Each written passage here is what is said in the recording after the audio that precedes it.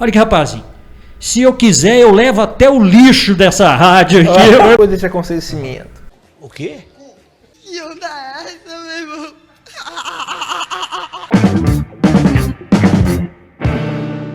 E depois disso, que aconteceu isso tudo, você chegou a voltar pro Itaú já nessa época ou como é que foi? Sim, como eu falei para vocês, eu fui para São Paulo já querendo voltar. Eu não queria, não pretendia ficar lá. Nessa época eu casei em 83, em 84 tive minha filha Clara, 85 meu filho Gabriel, e era muito difícil lá em São Paulo, só pra gente, muito novo, não tinha parente para ajudar, então uma vida muito difícil lá com criança pequena, né? E eu era doido para voltar pro Itaú. Em consequência lá daquela campanha das diretas que a gente falou, foi eleito então o Tancredo Neves, e que não assumiu porque ficou doente e morreu, e assumiu o... Ih, rapaz. Não. Vou ter que parar agora. Ô, gente. Então foi eleito Tancredo Neves, que não assumiu porque faleceu, e assumiu o vice, o Zé Sarney. E o Zé Sarney veio com uma medida econômica lá, que foi o Plano Cruzado, que congelou todos os preços e tal, e ali nós vimos uma oportunidade da gente levantar um dinheiro que a gente tinha e entrar no comércio para poder voltar para Itaú. Então eu vim para Itaú porque queria muito, porque estava difícil com os filhos pequenos, e viemos para ser comerciante. Aí tive uma loja aqui que não funcionou, não levo jeito para comerciante. Tive duas lojas até.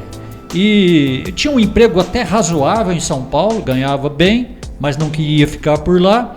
E viemos para cá, chegamos até a passar bastante dificuldades financeiras aqui. E aí vai chegar lá naquela fase que eu virei professor e eu comecei a descobrir os concursos públicos. Eu não sabia que eu era bom de concurso, não sabia se eu era inteligente. Eu sei que eu comecei a fazer concurso e comecei a passar. E aí trabalhei, passei em alguns aí, e aí foi essa minha vida profissional. Legal. E assim, pelo que eu fiquei sabendo, a primeira rádio do Itaú foi a sua, né? Foi, essa também foi uma aventura fascinante também, cara. Desde a minha juventude eu participei de grupo de jovens, estão sempre antenado nas coisas, né? Sei. E dessa época da rádio, acho que foi ali para 95 mais ou menos, 95, 96 também. Tinha um movimento no Brasil pelas rádios comunitárias. Ter rádio era só com autorização do governo, as rádios oficiais. Mas o Brasil tinha assinado alguns protocolos, alguns acordos internacionais para incentivar a rádio comunitária. E aí nós ficamos sabendo disso. E montamos uma rádio. Nossa, foi o período que eu acho que eu mais me diverti na minha vida, assim, que eu mais gostei de trabalhar com aquilo. Dava dinheiro nenhum não, porque a intenção mesmo não era ser uma rádio comercial, não era ganhar dinheiro, era ser uma rádio voltada para a comunidade, né? E nessa época, aqui em Itaú tinha assim, que a cidade mudou muito, provavelmente, porque assim, pra gente que é mais novo, não mudou, parece que não mudou tanto, mas acho que pra quem acompanhou dessa época, da época que antes de você ir para São Paulo, que você morava aqui na cidade, entre Itaú e Passos, você viu a cidade de um jeito, quando você voltou às vezes já estava de outro jeito, e você acompanhou a diferença. Nessa época da rádio, tinha mais ou menos assim, como que era Itaú, assim, de quantidade de habitantes, a cidade em si?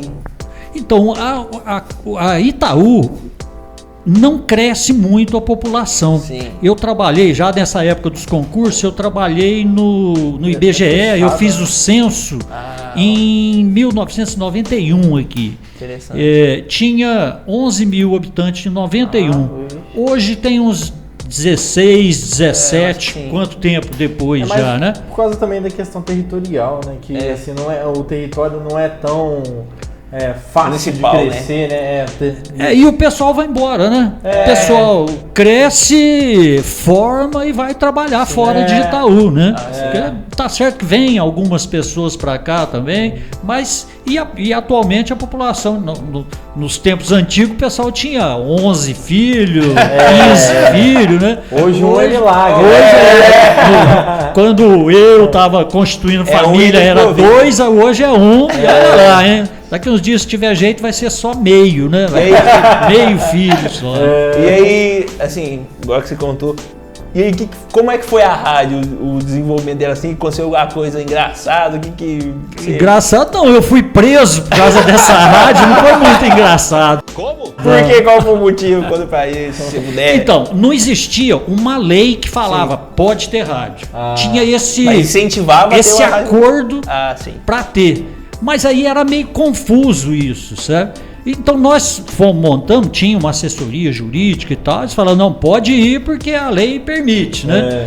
E Pode aí ir. Nós montamos... A água tá quente, vem, a água tá quente. Nossa! Aí chega lá aquele gelo. Nós montamos aqui e um outro grupo de amigos de Pratápolis abriu a de lá também. Então compramos equipamento junto, fizemos toda a montagem, Sim, interessante. mas em segredo, né? Ninguém sabia, né? Aqui em Itaú mesmo, no dia da inauguração da rádio, foi que nós divulgamos na cidade. Aí botou um carro de som na rua, falando, hoje tá a hora, a inauguração da rádio, chamava Rádio Voo Livre. Né? Legal. E aí que o pessoal foi sintonizar, né? Era a época que a sintonia da rádio era feita você girando o botãozinho aqui assim, né? Entendo. Aí tinha as famosas, que era a Rádio Independência de Passos. Nessa época e a punha Rádio bombril na Alternativa. antena, né? Então, mas aí a gente cravou a frequência da nossa rádio entre as duas. Porque aí, quando o cara for passar de uma para outra, ele, para ali na Voo Livre, né? Legal. Então tinha esses lances assim. Estratégia de marketing naquela época. Tinha que ser, né? Interessante. A gente tem que estar sempre de olho no que as pessoas vão achar, né? Você tem que jogar com o que você tem. Jogar né? assim, nossa, olha uma rádio aqui. E aí, que nem você falou. O episódio da prisão foi legal. Aí a gente tava na rádio, a rádio era no porão lá de casa. Água fria, né? chegou.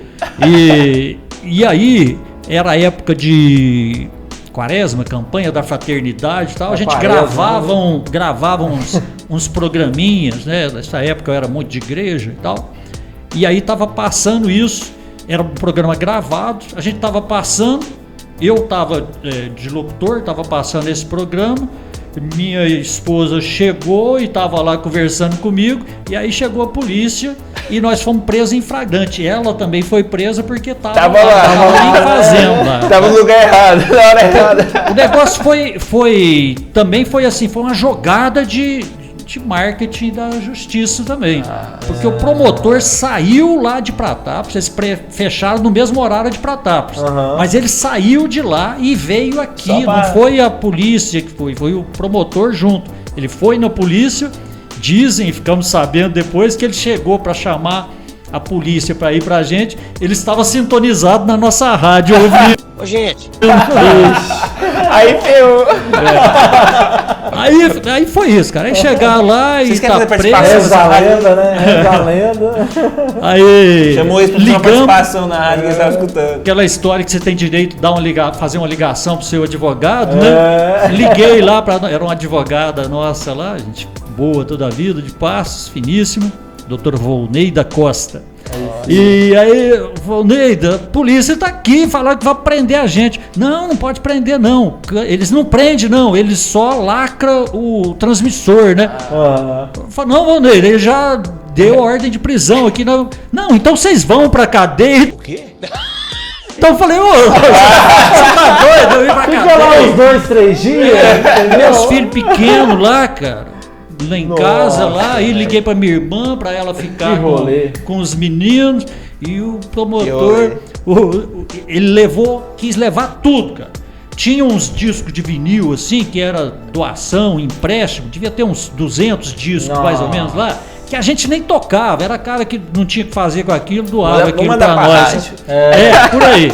Rádio, Aí, eu gosto dessa e aí rádio, eles começaram a pegar isso e aí tinha que contar para registrar quanto, né? Aí eu falei para ele, esses discos a gente nem usa, né? Falei, esse aí tá encostado, nem usa, não precisa levar isso não.